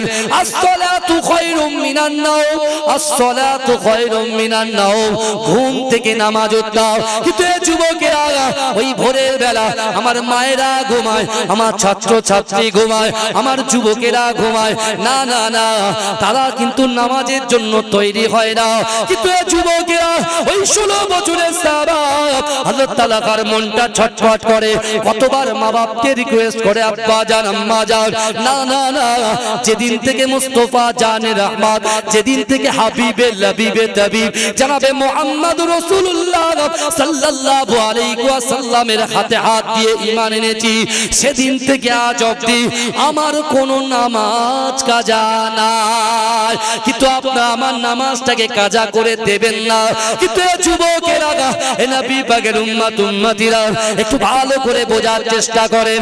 ওই 16 বছরের সাহাবা আল্লাহর কাছে আর্তনাদ করতে শুরু করলেন, ওগো রব্বুল আলামিন আল্লাহ, না না না, আমি তালহা আপনাকে ভয় করি, রাসূলুল্লাহকে মুহাব্বত করি, আর নামাজের পাটিতে আপনার কাছে বলি, আল্লাহ পাক এই বড় বিপদ থেকে আপনি রক্ষা করে আমার রাসূলুল্লাহর পিছনে ফজরের নামাজটা জামাতের সাথে আদায় করার ক্ষমতা দিন। এ যুবকেরা, এ নবী পাকের উম্মত উম্মতিরা, ওই 16 বছরের বাচ্চাটা, ওই 16 বছরের সাহাবাটা আল্লাহর উপরে তাওয়াক্কাল করে, আল্লাহর উপরে ভরসা করে, চোখটা বুজিয়ে টুক টুক টুক টুক করে ওই গেটের পাশে এসে যখন বিসমিল্লাহ বলে ওই গেটে যখন হাত দিলেন, ও যুবকেরা, আমার আল্লাহ পাক অটোমেটিক ওই দরজাটাকে ওপেন করে দিলে। জোরে বলে, চিৎকার দিয়ে বলেন না সুবহানাল্লাহ। না রে, দেখবে আপনার রুজি নাই, 500 টাকায় আপনার ঠিকঠাক হচ্ছে না, তাই না? আপনি নামাজে আসেন, কোরআনকে মান্যতা দেন, এই শুনছেন, নামাজে আসেন, কোরআনকে মান্যতা দেন, মা বাপকে ভালোবাসেন, স্ত্রীর হক আদায় করেন, সন্তানের হক আদায় করেন, তিনটি আয়াতের মান্যতা দেন, আল্লাহর ভয়, রাসূলুল্লাহর মহব্বত আর নামাজ যদি করেন, দেখবেন 500 টাকা আল্লাহ এমন বরকত দেবে, খেয়ে শেষ করতে পারবেন। কথা ঠিক না বল? কথা বলে না। আগে লাইনে আসতে হবে, তো বেলাইনে গেলে তো মুশকিল, মার খেতে হবে, বেলাইনে গেলে মার খেতে হবে, ঘাড় ধাক্কা দিয়ে বার করে দেবে। আর যদি ঠিক লাইনে থাকেন, কেউ আপনাকে কিছু বলবে, ক্ষতি করবে, কথা বলেন না, করবে না। বুঝতে পেরেছেন আমার সোনার ভাইরা? তালহা এক ছুটে কোথায় চলে গেলেন? মসজিদে নববী শরীফে। জোরে বলুন, জোরে বলবেন না? রাসূল কোরআন পড়ছে, শুনছে কারা? সাহাবারা। আমার দয়ার নবী মুস্তাফা জানে রহমত কোরআন তেলাওয়াত করছেন ইমামতির জায়গায় দাঁড়িয়ে, আর পিছনে সাহাবারা নামাজ আদায় করছে, আর এই তালহা তাকবীরে তাহরিমা বেদে এই নিঃশ্বাসটা, এই যে 3.5 কিলোমিটার ছুটেছে, এই নিঃশ্বাসটা রাসূলুল্লাহর কানে যাচ্ছে। কি বুঝলেন বাবাজি? মোবাইলে ভাই আছে মুম্বাই, ভাই কোথায় আছে? মুম্বাই। আর আমি আছি কোথায়? বলতে কোথায়? এখন ভিডিও কল যদি করি, ভাইকে আমি ওখানে দেখতে পাবো, কথা বলেন না? ভাইকে আমরা দেখতে পাবো। তাহলে মোবাইলে যদি এই ক্ষমতা থাকে, তা আমার আল্লাহ যদি আমার রাসূলকে দেখান, কারোর কিছু বলার আছে নাকি? আমার রাসূল দেখতে পান কি পাবেন না? কথা বলেন। আমার আল্লাহ যদি রাসূলকে দেখান, রাসূলকে জানান, তাহলে আমার রাসূল দেখতে পাবেন কি পাবেন না? কথা বলেন। রাসূল সবকিছু উপলব্ধি করে নিয়েছেন। জোরে বলুন না সুবহানাল্লাহ। এই জোরে বলেন না, না দেখবে আমার ভালো করে বুঝেন। এখন বিশ্বনবী রাসূলুল্লাহ নামাজ কমপ্লিট, তালাকে ডেকেছেন কাছে, তালাকে ডেকেছেন। আমাদের তো নিয়ত আছে, নিয়ত আছে না নাই? কথা বলে।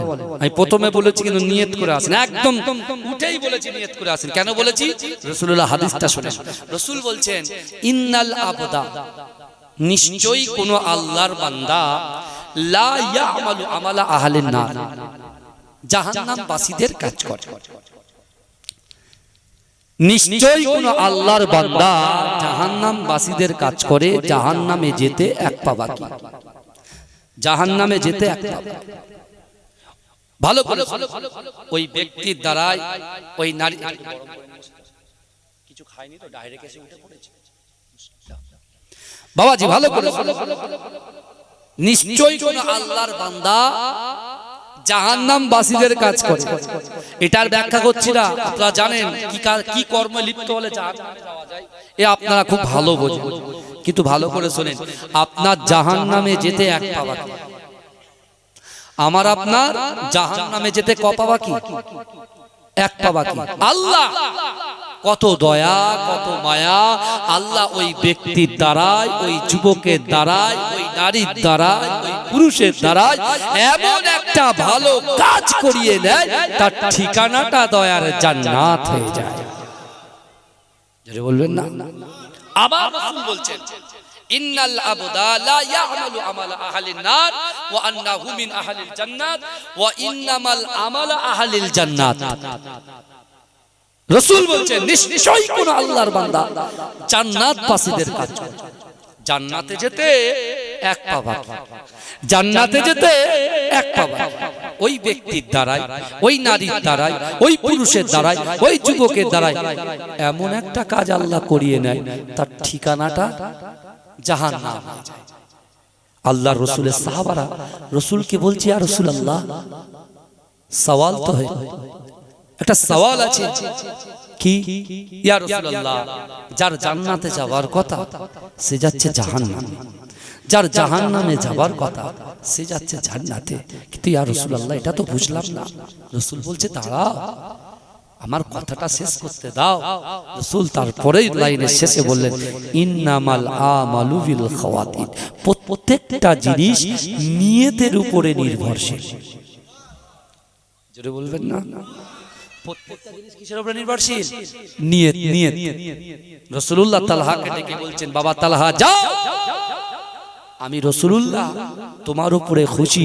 এই মসজিদে নববী শরীফে যে জায়গাটা, যে স্থানটা তোমার ভালো লাগে, সেই জায়গায় বসে তুমি আল্লাহর কাছে আজকে দিনে যা চাইবে আল্লাহ সব কবুল করে নেবে। জোরে বলো। এরকম সুযোগ যদি আমাদের আসে, আমি বলবো আল্লাহ একটা BMW গাড়ি লাগবে, একটা মার্সিডিজ লাগবে, বুঝতে পেরেছেন? মোরারিসা চৌমাথার পাশে 22 বিঘা সম্পত্তির বিশাল বড় একটা অট্টালিকা লাগবে, আর বেশি নয় 2 থেকে 3,000 কোটি টাকা লাগবে। তাই তো কথা বলেন, হাসছেন কেন? আরে ভাই ভাই কথা হচ্ছে তো, তাই তো নাকি? অসুবিধা আছে নাকি? কথা বলেন না। তালহা কি বলবে? 16 বছরের ছেলে তো, এখন বলে একটা আইফোন লাগবে, S24 আলট্রা লাগবে। বুঝতে না, কত কিছু মনে উদয় হয় আমাদের অন্তরের ভিতরে। আমার বাবাজিরা, তালহাকে রাসূল কি অফার দিয়ে দিলেন, কি অফার দিলেন! আমি আপনাদেরকে বলি ভাইজান, আমার আল্লাহ আমাদেরকে কতটা ভালোবাসে আমরা উপলব্ধি করতে পারি না। কিন্তু আমার ভাইজানেরা, হে নবী পাকের উম্মত উম্মতিরা, হে নবীর দেওয়ানেরা, আমার আল্লাহ পাক রব্বুল আলামিন বান্দাকে কত মহব্বত করে দেখেন। ও যুবকেরা, আপনার বাড়িতে 2 বছরের একটা বাচ্চা আছে, ওই বাচ্চাটা সবেমাত্র হামাগুড়ি দিতে শিখেছে। আপনার বাড়ির উঠানে ওই 2 বাচ্চাটা, বিশেষ করে 2 বছরের বাচ্চাটা হামাগুড়ি দেয়। কিন্তু না না না, আপনার উঠানের সামনে বড় একটা পুকুর আছে। কিন্তু যুবকেরা, আপনি মা হিসাবে, আপনি বাপ হিসাবে আপনার নজরটা ওই বাচ্চার দিকেই থাকবে। যদি নজরটা অন্য দিকে সরে যায়, আপনার সন্তানটা সে অবুঝ বোঝে না, সে অজ্ঞাত অবস্থায় ওই পুকুরে পড়ে যেতে পারে, জীবন হানি হতে পারে, ইন্তেকাল হয়ে যেতে পারে। ও যুবকেরা, আপনার বাপ মা যেমন ভালোবাসে, মা বাপের থেকে 70 গুণ বেশি আমার আল্লাহ পাক তার বান্দাকে ভালোবাসে। ও যুবকেরা, আল্লাহ ওই কোরআনে জানিয়ে দিলেন, ও বান্দা, ফাআইনামা তুআল্লু ফাসাম্মা ওয়াজহুল্লাহ, ফাআইনামা তুআল্লু ফাসাম্মা ওয়াজহুল্লাহ। আমার আল্লাহ বলে বান্দা তোমরা যখন ডান দিকে তাকাও ওই ডান দিকে আমি আল্লাহ আছি, তোমরা যখন বাম দিকে তাকাও ওই বাম দিকে আমি আল্লাহ আছি। আল্লাহ বলে বান্দা তোমরা যখন সামনে তাকাও ওই সামনেও আমি আল্লাহ আছি। ও বান্দা তোমরা যখন পিছনে তাকাও পিছনেও আমি আল্লাহ আছি। জোরে বলে। আমাদের ডান দিক বাম দিক সামনে পিছনে সবকিছুতে কে আছে? কথা বলেন কে আছে?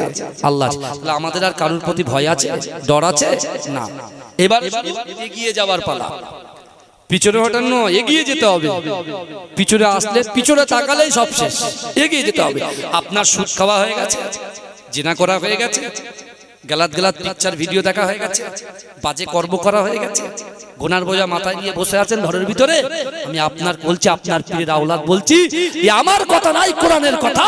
আপনি চলে আসেন এই বাপ মায়ের রুহের মাগফিরাতের জলসায় বসে, যদি আপনি আল্লাহর কোরআন বলছি ইয়া আইয়ুহাল্লাযিনা আমানু তুবু ইলাল্লাহি তাওবাতান নাসুহা, আল্লাহ বলছে বান্দা তুমি যদি তওবার মতো তওবা করতে পারো, তওবার মতো তওবা করতে পারো, আমি আল্লাহ তোমার সগীরা কবিরা ছোট বড় যত গুনাহ আছে ধুয়ে মুছে আমি আল্লাহ সাফ করে দেব। জোরে বলো।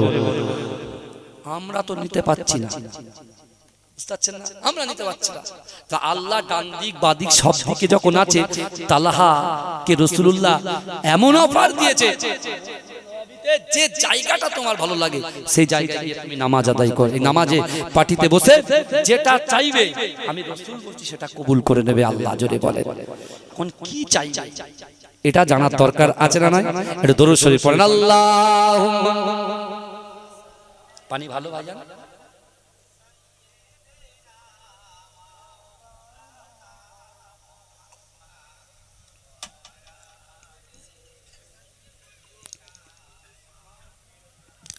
আমার বাবাজিরা এই কারা কারা রাসূলুল্লাহকে ভালোবাসেন একটু হাত তোলেন তো।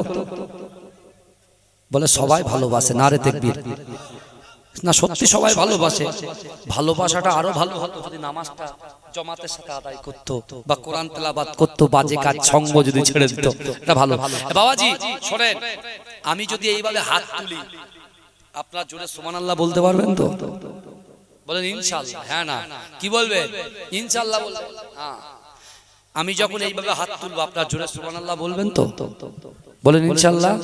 হ্যাঁ, তো একবার ট্রাই করে দেখা যাক নাকি ভাইজান। তোলেন দিনি কই মুখ দিয়ে আওয়াজ বেরোয় না। পানি খাওয়াবো না চা খাওয়াবো? বলে দুটো ধাবা আছে পর পর আপনাদের। বলে বুঝতে পারিনি, এত কোন আওয়াজ করছে বুঝতে পারছেন তো? আচ্ছা আচ্ছা আচ্ছা, আল্লাহ কবুল করো। আমি যখন হাত তুলবো আপনার জোরে সুবহানাল্লাহ বলবেন ইনশাআল্লাহ।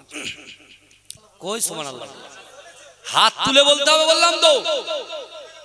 সবাই সবাই কেউ রাগ করছেন নাকি?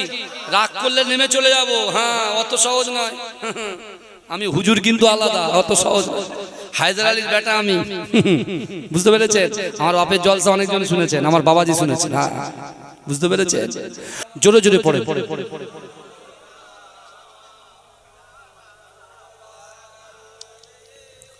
জিকির করেন লা ইলাহা ইল্লাল্লাহ।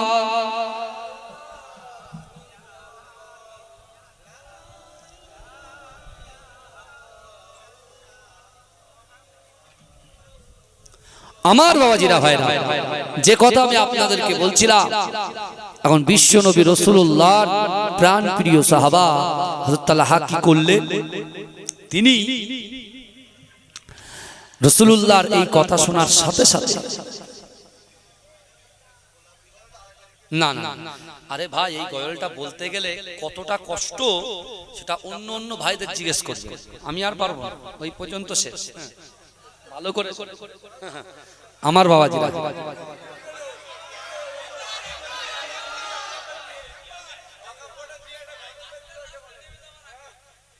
হ্যাঁ তো আর শুনবেন, গয়ল শুনবেন। আরে এক্ষুনি তো অন্য হুজুররা বলবে যারা পীরের আওলাদরা কিছু বলতে পারে না, তখন মুশকিল হয়ে যাবে। সব দিকে জ্বালা, বুঝতে পারছেন না? আমার শোনার ভাইরা সব হচ্ছে, এই কথাটা শুনেন, এই কথাটা শুনেন না, সব হবে ইনশাআল্লাহ। হ্যাঁ, গজল আমি বলতে পারি, আমার 50টা ভাইকে 1000 করে টাকা দিতে হবে এই জলসার জন্য। পারবেন? ব্যাস এবারে মজা দেখেন, খেলা দেখেন। হ্যাঁ, 26-এ খেলার আগে আজকে খেলাটা দেখেন ভাই। আল্লাহর কোরআন বলছে ওয়া আম্মাস সাইলা ফালা তানহা, যদি কোনো মানুষ কোনো মানুষের কাছে হাত পাতে ওই হাতকে ফেরত দিও না। ভাঙা বেলায় আমার ভাই এই জলসার জন্য একটু কালেকশন করেছে, আমিও কিন্তু করব, বুঝতে পেরেছেন? 1000 করে টাকা লাগবে। হ্যাঁ, আপনার বাপ, আপনার মা, আপনার দাদা, আপনার দাদি, তাদের রুহের মাগফিরাতের উদ্দেশ্যে আমার পরেই এই পাড়ার একজন জামাই বাবু, একজন আলেম আছেন, ইনশাআল্লাহ তিনি দোয়া করবেন, বুঝতে পেরেছেন? আর আমি নিজের গন্তব্যস্থলে চলে যাব। কিন্তু আমার ভাই জানেরা, আমি আপনাদেরকে বলছি, অবশ্যই আমি গজল কেন একটা কেন 3টে শোনাবো, কিন্তু আমার মোহাব্বত ভালোবাসার মানুষ যারা বসে আছে, শুধু আগামী বছরে জল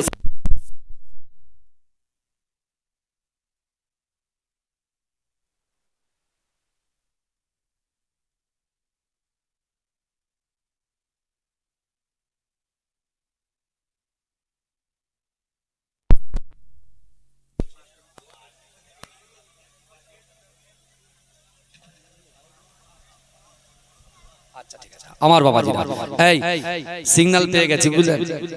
দাদেজিরা মনে করছে তাদের ভিতর থেকে আর কি দেবে, বুঝলেন? আপনাদের দেওয়ার দরকার নেই, কোনো অসুবিধা নেই বাবাজি, আর দিলে দিতেই পারেন না, ওটা কোনো ব্যাপার না, সওয়াবের জন্য দিতেই পারেন। যাই হোক আমার সোনার ভাইরা, দরুদ শরীফ পড়েন আল্লাহুম্মা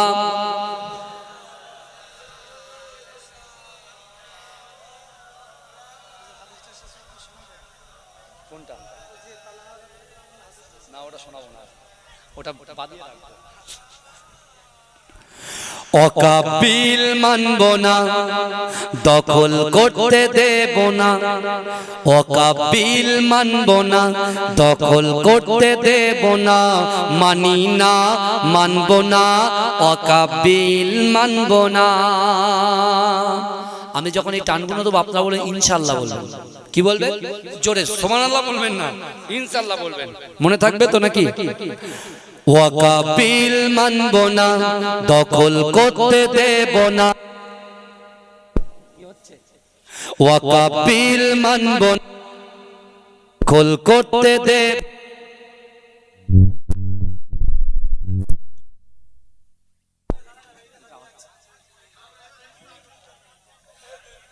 আগে কারেন্ট আসছে মনে হয়, দরুদ শরীফ পড়েন আল্লাহুম্মা সাল্লি আলা।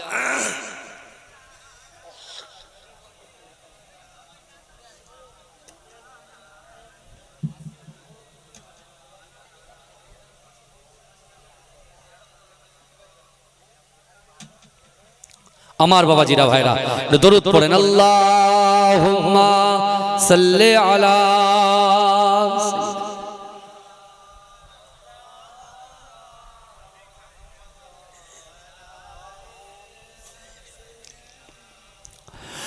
ওয়াকাবিল মানব না, দখল করতে দেব না, মানি না, মানব না, ওয়াকাবিল মানব না, ওয়াকাবিল মানব না, দখল করতে দেব না, মানি না, মানব না, ওয়াকাবিল মানব না। মোদি তুমি যতই বলো ওয়াকাবিল মানব না, গোরস্থানের জায়গা মোরা দখল করতে দেব না। মোদি তুমি যতই বলো ওয়াকাবিল মানব না, গোরস্থানের জায়গা মোরা দখল করতে দেব না। মোদি তুমি যতই বিল পাশ করে দাও না, মানি না, মানব না, ওয়াকাবিল মানব না। আল্লাহর ঘর মসজিদ গুলো কেন ছিনিয়ে নিবি বল, আল্লাহ তোদের ছাড়বে না তো, কেন হয় না তোদের ভয়। আল্লাহর ঘর মসজিদ গুলো কেন ছিনিয়ে নিবি বল, আল্লাহ তোদের ছাড়বে না তো, কেন হয় না তোদের ভয়। গোরস্থানের জায়গা মোরা দখল করতে দেব না, মানি না, মানব না, ওয়াকাবিল বিল মানব না, ওয়াকাফ বিল মানব না, দখল করতে দেব না, ওয়াকাফ বিল মানব না, দখল করতে দেব না, মানি না মানব না, ওয়াকাফ বিল মানব না। জেগে ওঠো মুসলমান, ঘুমিয়ে আর থেকো না, মোদের দেহে থাকতে প্রাণ ছিনিয়ে নিতে দেব না। জেগে ওঠো মুসলমান, ঘুমিয়ে আর থেকো না, মোদের দেহে থাকতে প্রাণ ছিনিয়ে নিতে দেব না। যুদ্ধ মোরা করতে রাজি, পিছু তবু হব না, মানি না মানব না, ওয়াকাফ বিল মানব না, মানি না মানব না, ওয়াকাফ বিল মানব না, ওয়াকাফ বিল মানব না, দখল করতে দেব না, মানি না মানব না, ওয়াকাফ বিল মানব না। জালিম তুমি যতই বলো, ওয়াকাফ বিল মানব না, গোরস্থানের জায়গা মোরা দখল করতে দেব না। জালিম তুমি যতই বিল পাস করে দাও না, মানি না মানব না, ওয়াকাফ বিল মানব না। আল্লাহুম্মা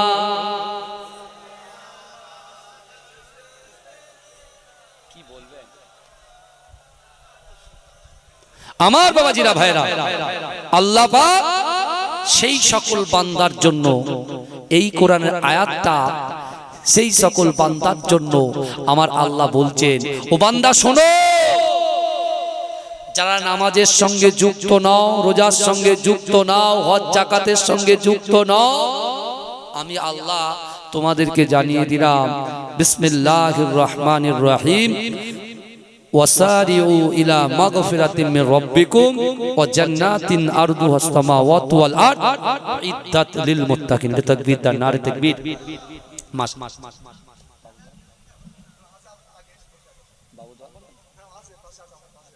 আমার বাবাজিরা ভালো করে শুনুন, আল্লাহ পাক বলছেন, বান্দা ওয়াসারিউ ইলা মাগফিরাতিন মির রাব্বিকুম, তোমরা অতি দ্রুত অগ্রসর হও আমি আল্লাহ আমার ক্ষমার দিকে। জোরে বলো, জোরে বলে না সুবহানাল্লাহ। আমি বলেছি না, আমি যতক্ষণ থাকবো চাঙ্গা থাকতে হবে, বুঝতে পারছেন? হ্যাঁ আমার বাবাজিরা, আল্লাহ পাক বলে দিলেন তোমরা অতি দ্রুত অগ্রসর হও আমি আল্লাহ আমার ক্ষমার দিকে। তা আমরা যে জান্নাতের বাগানে বসে আছি বাপ, আমাদের এই জান্নাতের বাগানে বসার জন্য আমাদের ক্ষমা হবে কি হবে না? কথা বলেন। ইনশাআল্লাহ ক্ষমা হবে। কেন বলেন তো? বুখারী শরীফের হাদিস, চারটে জিনিস আল্লাহর কাছে সাক্ষ্য দেবে। কোথায়? যখন আল্লাহর হাতে তারাজ্জু থাকবে, মিজানের পাল্লা থাকবে। আবার এটাও আমরা খুব ভালো করে জানি, আপনি মনে করছেন দোকানে যাচ্ছি 1 কেজি চিনি চাইছি, দোকানদার 1 কেজি চিনি একদম পাল্লায় দিয়ে মেপে সঙ্গে সঙ্গে দিচ্ছে, কিন্তু আমার আপনার মিজানের পাল্লায় আমাদের আমলনামাটা ওঠার আগে আল্লাহ আমাদের কিন্তু 5টা প্রশ্ন করবে। কটা করবে? 5টা। এই 5টা প্রশ্নের জবাব যতক্ষণ না দিতে পারবো এই দাঁড়িয়ে থাকতে হবে, চুপচাপ দাঁড়িয়ে থাকতে হবে। খুব সফট। আমি সেই প্রসঙ্গে যাচ্ছি না, কিন্তু আজকে যে মাটিতে বসে আছে এই মাটিটা কিন্তু কাল কিয়ামতের মাঠে আপনার পক্ষে সাক্ষ্য দেবে। জোরে বলেন, জোরে বলবেন না, জোরে বলবেন না। আল্লাহ যখন জাহান্নামী ফেরেশতাকে বলবে, যাও এই বলদেবতার এই যুবকটাকে, এই নারীটাকে, পুরুষটাকে জাহান্নামে নিক্ষেপ করে দাও। জাহান্নামী ফেরেশতা আসবে, যুবককে ধরবে, নারীকে ধরবে, টেনে টেনে জাহান্নামের দিকে নিয়ে যাবে। আমি বলেছি না, 1 সেকেন্ড আগে যে জাহান্নামী, 1 সেকেন্ড পরে সে জান্নাতে। আল্লাহ যদি চান জাহান্নামে যেতে 1 পা বাকি, সাথে সাথে যে মাটির বুকের উপরে আপনারা বসে বসে সুবহানাল্লাহ আলহামদুলিল্লাহ তাকবীর দিচ্ছেন, মাটির জবান খুলে যাবে। জোরে বলেন। মাটি আল্লাহকে বলবে, না একে জাহান্নামে দেওয়া যাবে না। আপনার এই বান্দাটাকে, বান্দিটাকে, এই বলদেবতা যুবকটাকে জাহান্নামে দেওয়া যাবে না। আল্লাহ আল্লাহ বলে, কেন? বলে আপনি তো সবই অবগত। আল্লাহ, তুমি বলো, আমি শুনবো। বলে আল্লাহ এরকম জান্নাতের বাগানে এসে পাহাড় পাহাড় পাহাড় পাহাড় গুনার বোঝা নিয়ে এসে অশ্রু ভরা পানি নিয়ে আল্লাহ আপনার কোরআনের আয়াতকে মান্যতা দিয়ে তারা তওবা করেছে। আল্লাহ আমি মাটি আমার বুকের উপরে তওবা করেছে, আমি সাক্ষী। আল্লাহকে জাহান্নামে দেবে না। আল্লাহ কি করবে? ওই বান্দা ওই মাটির কথা শুনে আল্লাহ জান্নাতি ফেরেশতাকে ডেকে বলবে, জান্নাতি ফেরেশতা যাও, আমার ওই বান্দা বান্দিগুলো জাহান্নামী ফেরেশতার হাত থেকে আমি আল্লাহ পাকের দয়ার জান্নাতে প্রবেশ করিয়ে দাও। জোরে বলবেন না সুবহানাল্লাহ। আল্লাহ ওই জন্য বলছে, বান্দা ওয়াসারিউ ইলা মাগফিরাতিন মির রাব্বিকুম, তোমরা অতি দ্রুত অগ্রসর হও আমি আল্লাহ আমার ক্ষমার দিকে। আল্লাহ বলছে, বান্দা তোমরা কি জানো আমি আল্লাহ তোমাদের জন্য জান্নাতটা কত বড় করেছি, কত বড় রেখেছি? আল্লাহর কোরআন বলছে, আসমান জমিনের মিডিলে যত ফাঁকা জায়গা আছে, এই ফাঁকা জায়গা স্বরূপ একটা জান্নাত। জোরে বলেন, জোরে বলবে না? আল্লাহ কোরআন পাকে এক একটা জায়গায় এক এক রকম জান্নাতের বিবরণ দিয়েছেন, বুঝতে পেরেছেন? আল্লাহ তাআলা বলছে, বান্দা তুমি ক্ষমার দিকে আসলে, তওবা করলে, তোমার জন্য জান্নাত আমি আল্লাহ প্রস্তুত করলাম। তো বান্দা জান্নাতে কারা যাবে একটু শুনবে না? জান্নাতে কারা প্রবেশ করবে একটু জানবে না? আল্লাহ কোরআনে বললেন, উইদ্দাত লিল মুত্তাকিন, ওই জান্নাতে মুত্তাকি পরহেজগার যারা আল্লাহকে ভয় করে, রাসূলকে মহব্বত করে, দৈনন্দিন 5 ওয়াক্ত নামাজে হাজির হয়, রিয়া মুক্ত, কুলুষিত মুক্ত অন্তর কে অহংকার মুক্ত জীবন যাপন করে, আমি আল্লাহ বলছি ওই জান্নাতে যাবে। জোরে বলেন, জোরে বলবেন না? কিন্তু আমার ভাই জানেরা, এ নবী পাকের উম্মত উম্মতিরা, এ নবী দেওয়ানারা, বিশ্ব নবী রাসূলুল্লাহ সাল্লাল্লাহু আলাইহি ওয়াসাল্লাম মসজিদে নববী শরীফে বসে আছেন। এ যুবকেরা, এমন তো অবস্থা, একজন যুবক বালক এসে, একজন যুবক ছেলে এসে আল্লাহ রাসূলের দরবারে বসে আমার রাসূলুল্লাহর দিকে তাকিয়ে অঝর নয়নে ঝরঝর ঝরঝর ঝরঝর করে কেঁদে যায়। এ যুবকেরা, এ নবী পাকের উম্মত উম্মতিরা, বিশ্ব নবী রাসূলুল্লাহ সাল্লাল্লাহু আলাইহি ওয়াসাল্লাম ওই যুবককে বললেন, ও বাবা যুবক, তুমি এমন ভাবে ক্রন্দন কেন করো? ওই সময় যুবক বলল, ইয়া রাসূলুল্লাহ, হাবিবাল্লাহ, আমার যখন অর্থ ছিল, আমার যখন সম্পদ ছিল, আমার যখন যৌবন ছিল, আমার যখন শরীরে শক্তি ছিল, আমার মা বাপ তারা হায়াতে ছিল, কিন্তু ইয়া রাসূলুল্লাহ, হাবিবাল্লাহ, সেই মা বাপকে খিদমত করতে পারি না, সে মা বাপের কথা শুনে চলতে পারে না। কিন্তু ইয়া রাসূলুল্লাহ, হাবিবাল্লাহ, আমার মা বাপ ইন্তেকাল করেছে, তাদেরকে মাতবান করেছি, কবরস্থ করে দিয়েছি। ইয়া রাসূলুল্লাহ, হাবিবাল্লাহ, আমি আপনার দরবারে ছুটে এসেছি। ইয়া রাসূলুল্লাহ, আমার যে বাড়ির ঘর আছে, আমার যে রুম আছে, আমি যখন আমার রুমে যাই, আমার মা বাপের রুমটা ক্রস করে যখন আমি আমার বেডে ঘুমাতে যাই, আমার মা বাপের ওই ঘরটার দিকে তাকিয়ে আমার মনটা বড় খারাপ হয়ে যায়, আমার মনটা বড় ছটফট করে। কারণ যে মাকে আমি সারা দিন ঘোরার পরে আমি যখন ঘরের ভিতরে প্রবেশ করব, আমার মায়ের দিকে তাকাতাম, আমার বাপের দিকে তাকাতাম, কিন্তু না না না, মা বাপ ইন্তেকাল করার পরে ওই ঘরের দিকে যখন তাকাই, আমার আব্বা মাকে আমি দেখতে পাই না। ইয়া রাসূলুল্লাহ, হাবিবাল্লাহ, এখন যখন বেডেতে ঘুমাই, মনে মনে রাতের বেলা যখন ঘুমটা ভেঙে যায়, আমি মনে মনে চিন্তা করি, ওগো রব্বুল আলামিন, আল্লাহ পাক, না না না, আমার মরা মা বাপের খিদমত আমি কেমন করে করতে পারি? ওগো রব্বুল আলামিন, আল্লাহ পাক, আমি আমার মরা মা বাপকে খিদমত করতে চাই। ও যুবকেরা, এ নবী পাকের উম্মত উম্মতিরা, ওই যুবক ছেলেটা এসে আল্লাহর রাসূলের কদমের কাছে বসে অঝর নয়নে কাঁদে, কাঁদতে লেগেছে। ইয়া রাসূলুল্লাহ, যখন সুযোগ ছিল সুযোগটাকে কাজে লাগাতে পারি, এখন মা বাপ কবরে, তা সেই মা বাপকে খিদমত করতে পারবো? পারবো? মা বাপের কথা যখন বলছে, বিশ্বনবী রাসূলুল্লাহ নিজেই ছেলেটাকে খামোশ করে রুখে দিলেন, চুপ করিয়ে দিলেন, বল, শোনো, তুমি থামো থামো, তুমি তোমার মা বাপের কথা বলছো, আর আমি রাসূলুল্লাহ আমার মা বাপের কথা মনে পড়ছে। জোরে বল, জোরে বলবেন না?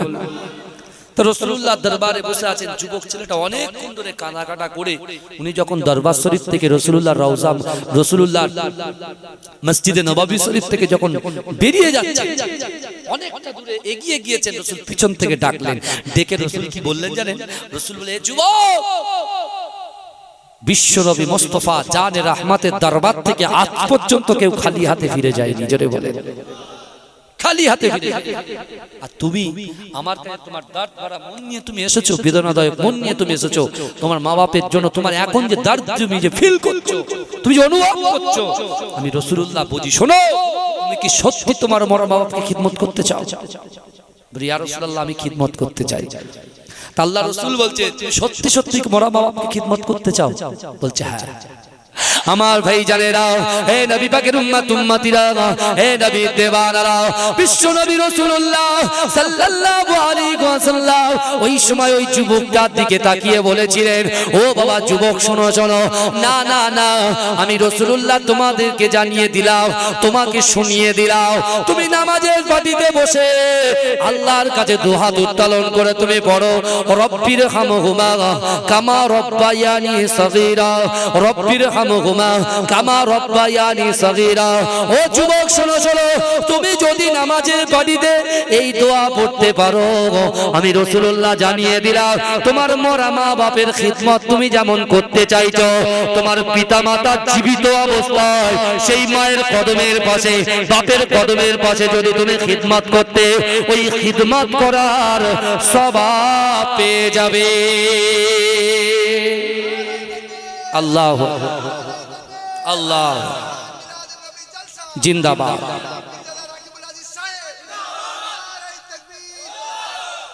শিশির ভেজা রাতের শেষে ডাকে ভোরের পাখি, পূব আকাশে সূর্য ঘেঁষে করে ঝিকিমিকি, বুলবুলিরা মধুর সুরে দরুদ পড়ে, বুলবুলিরা মধুর সুরে দরুদ পড়ে। বিশ্ব নবী এলো আজি মা আমিনার কোলে, বিশ্ব নবী এলো আজি মা আমিনার কোলে। রাতের আধার ঘুচে গেল, ফজর হলো যখন, আমার নবী দুনিয়াতে এসেছিল তখন। রাতের আধার ঘুচে গেল, ফজর হলো যখন, আমার নবী দুনিয়াতে এসেছিল তখন। বুলবুলিরা মধুর সুরে দরুদ পড়ে, বুলবুলিরা মধুর সুরে দরুদ পড়ে। বিশ্ব নবী এলো আজি মা আমিনার কোলে, বিশ্ব নবী এলো আজি মা আমিনার কোলে। ভোরের আলো উদয় হলো, এলো যে রাসূল, ফারিস্তারা হুরবালারা খুশিতে মশগুল। বুলবুলিরা মধুর সুরে দরুদ পড়ে, বুলবুলিরা মধুর সুরে দরুদ পড়ে। বিশ্ব নবী এলো আজি মা আমিনার কোলে, বিশ্ব নবী এলো আজি মা আমিনার কোলে। শিশির ভেজা রাতের শেষে ডাকে ভোরের পাখি, পূব আকাশে সূর্য ঘেঁষে করে ঝিকিমিকি, বুলবুলিরা মধুর সুরে দরুদ পড়ে। বিশ্ব নবী এলো আজি মা আমিনার কোলে। আল্লাহুম্মা সাল্লি আলা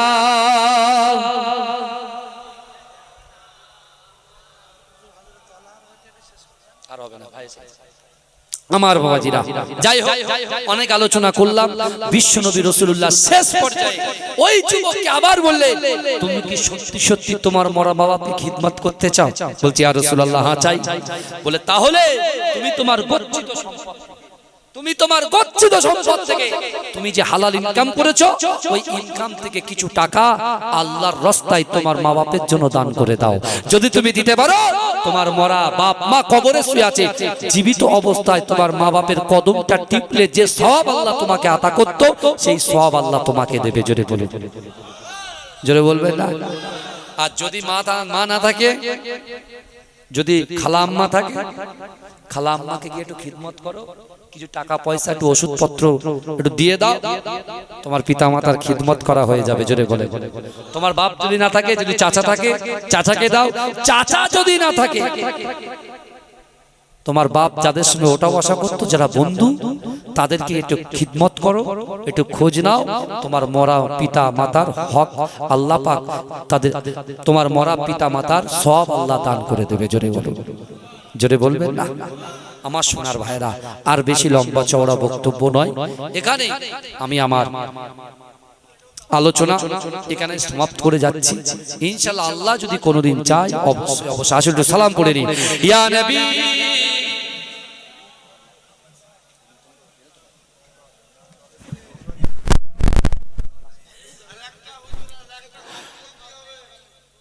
बात का चमके सितारा, हाजिरीन कहो इशारा, देख कर रोजा पियारा, लो सलाम अब तो हमारा या नबी।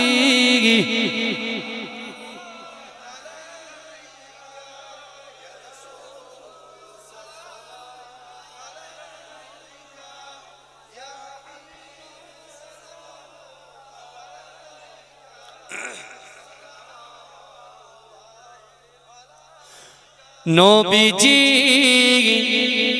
मिराज राते बोरा के सवारी होए, पहुँचले खोदा रिदारे, फिरिले दीदार ओ को रे या नबी सलामो।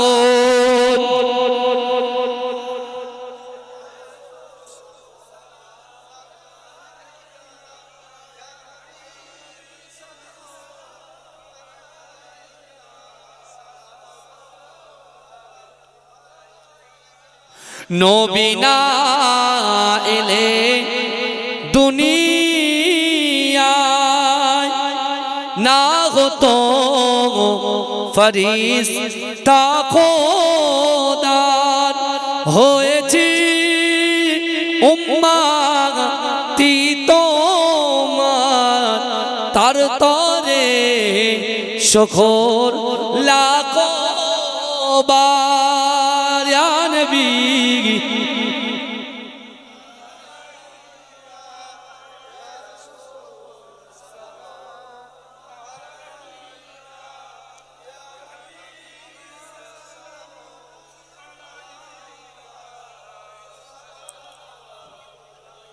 बलगल उला बिकमालिही कशफत तुजा बिजा।